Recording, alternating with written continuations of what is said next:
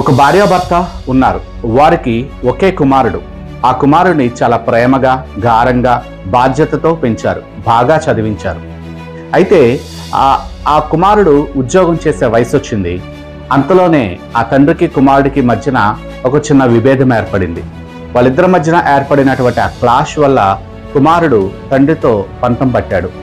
నేను కూడా నా కాళ్ళ మీద నిలబడి నా సొంత సంపాదన నేను సంపాదించి చూపిస్తాను అని తండ్రితో ఛాలెంజ్ చేసి ఇల్లు వదిలి బయటికి వెళ్ళిపోయాడు. ఇది వింటుంటే మీకు ప్రాడిగల్ సన్ సబ్జెక్ట్ గుర్తొస్తుంది కదా? అవును, ఇది ఇంచుమించుగా అలాంటిదే. అయితే ఆ కుమారుడు వెళ్ళి ఒక చోట ఉద్యోగం సంపాదించాడు. ఒక చిన్న ఇల్లు తీసుకొని తన భవిష్యత్తులోనికి ప్రయాణం చేస్తూ ఎన్నో ఆలోచనలతో ముందుకు వెళ్తున్నాడు. అంతలోనే కొద్ది కాలం గడిచిన తర్వాత ఆ కంపెనీ మూతపడింది. ఆ కంపెనీ మూతపడ్డాక మరొక ఉద్యోగం కోసం ఆ కుమారుడు అనేకమైన చోట్ల ప్రయత్నం చేశాడు. అయినా అతనికి ఉద్యోగం దొరకలేదు.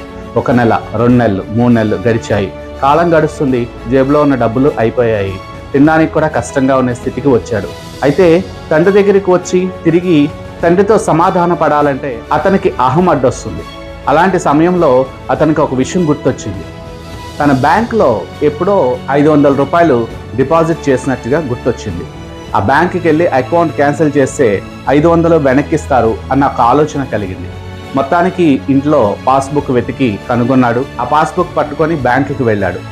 బ్యాంకుకి వెళ్ళిన తర్వాత పాస్బుక్ ఇచ్చి నా అకౌంట్ క్యాన్సిల్ చేస్తున్నాను, అందులో ఉన్నటువంటి 500 నాకు ఇవ్వాలని అతను అడిగాడు. ఆ క్యాషియరు పాస్బుక్ తీసుకొని పాస్బుక్ వంక అతని వంక, పాస్బుక్ వంక అతని వంక చూస్తూ ఉంది. సిస్టంలో చెక్ చేస్తూ పాస్బుక్ వంక, సిస్టమ్ వంక అతని వంక చూస్తూ ఉంది.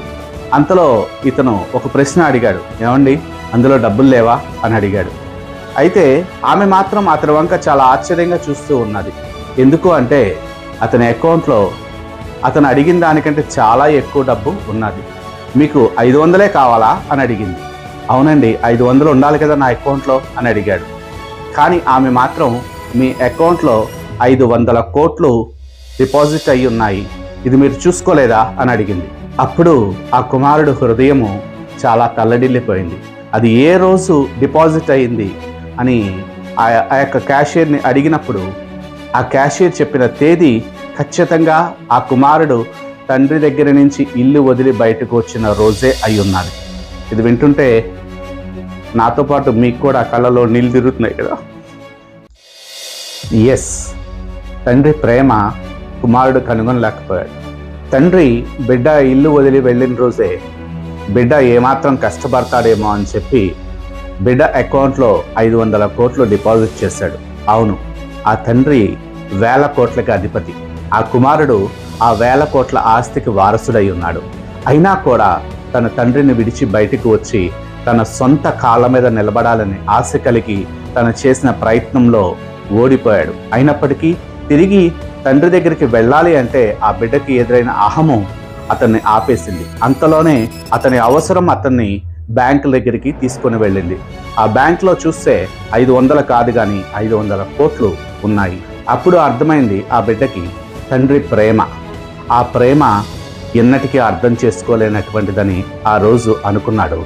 వెంటనే అందులో 500 కోట్లు విత్డ్రా చేసుకోవడం కాదు కానీ పరిగెట్టుకొని ఇంటికి వెళ్ళి తండ్రిని కౌగిలించుకున్నాడు.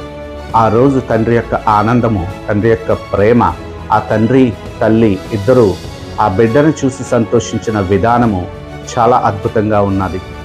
ఎస్, మనము కూడా పరలోకంలో ఉన్నటువంటి మన తండ్రి మన కోసం సిద్ధపాటు చేసిన దాన్ని నిర్లక్ష్యం చేస్తూ తిరిగి మళ్ళా ఆయన క్రీస్తులో మన కోసము దాచి ఉంచినటువంటి ఆశీర్వాదాలను వెతకడంలో ఫెయిల్ అవుతూ మన సొంత బలము మీద ఆధారపడి జీవించాలని మనము ప్రయత్నం చేస్తున్నాం. ఈరోజు ఈ మెసేజ్ చూస్తున్నటువంటి మీలో ప్రతి ఒక్కరూ కూడా మన తండ్రి అయిన దేవునిపైన పూర్తిగా ఆనుకొనడానికి మీ హృదయము సిద్ధపాటు చేసుకుంటే క్రీస్తులో ఆయన మనకి ఉంచినటువంటి సమస్త ఆత్మ సంబంధమైన, భౌతిక సంబంధమైన ఆశీర్వాదాలను మనము పొందుకోవచ్చు. చివరిగా నేను చేసే ఈ చిన్న ప్రార్థనలో నాతో ఏకీభవించండి. మన తండ్రి అయిన దేవుడు క్రీస్తులో మనకు సిద్ధపాటు చేసినటువంటి సమస్త ఆశీర్వాదాలను మీరు పొందుకోండి. పరిశుద్ధాత్ముడు అవి మనకి కలుగు చేయడానికి మన మధ్యనే సిద్ధముగా ఉన్నాడు సుమా. ప్రార్థన చేసుకుందాం. మహాపరిశుద్ధుడైన మా తండ్రి, సర్వశక్తిమంతుడగు దేవ, నజరేయుడగు యేసుక్రీస్తు నామంలో క్రీస్తు రక్తము ద్వారా ఇదిగో మేమందరము నీ సన్నిధిలోనికి వచ్చాము. మా కోసం మీరు మా పైన ప్రేమతో, దయా, జాలి, కరుణ, కృప కలిగినటువంటి మీ యొక్క హృదయముతో క్రీస్తులో మా కోసం సిద్ధపాటు చేసినటువంటి ఆ సమస్త ఆశీర్వాదాలను మేము అర్థం చేసుకోవడానికి కావలసినటువంటి జ్ఞానాన్ని, మనస్సుని, వివేచనను మాకు అనుగ్రహించమని, ఈ యొక్క వీడియో చూస్తున్నటువంటి ప్రతి ఒక్కరిని కూడా నీ స్వాధీనంలోనికి తీసుకుని వస్తూ వారి మనోనేత్రాలను వెలిగించమని, వారి హృదయము తెరిచి సమస్తము సమకూడి మేలుకే జరుగుచున్నాయన్న సత్యాన్ని వారు గ్రహించుకొని, వారి కొరకు మీరు ఏమి సిద్ధపాటు చేశారో వారు అవి చూచినట్లుగా, వినున్నట్లుగా, హృదయంతో అర్థం చేసుకున్నట్లుగా నీ మహాకృప అనుగ్రహించమని పరిశుద్ధాత్మ స్వాధీనంలో వారిని అప్పగిస్తూ యేసు నామంలో ప్రార్థిస్తున్నాం తండ్రి.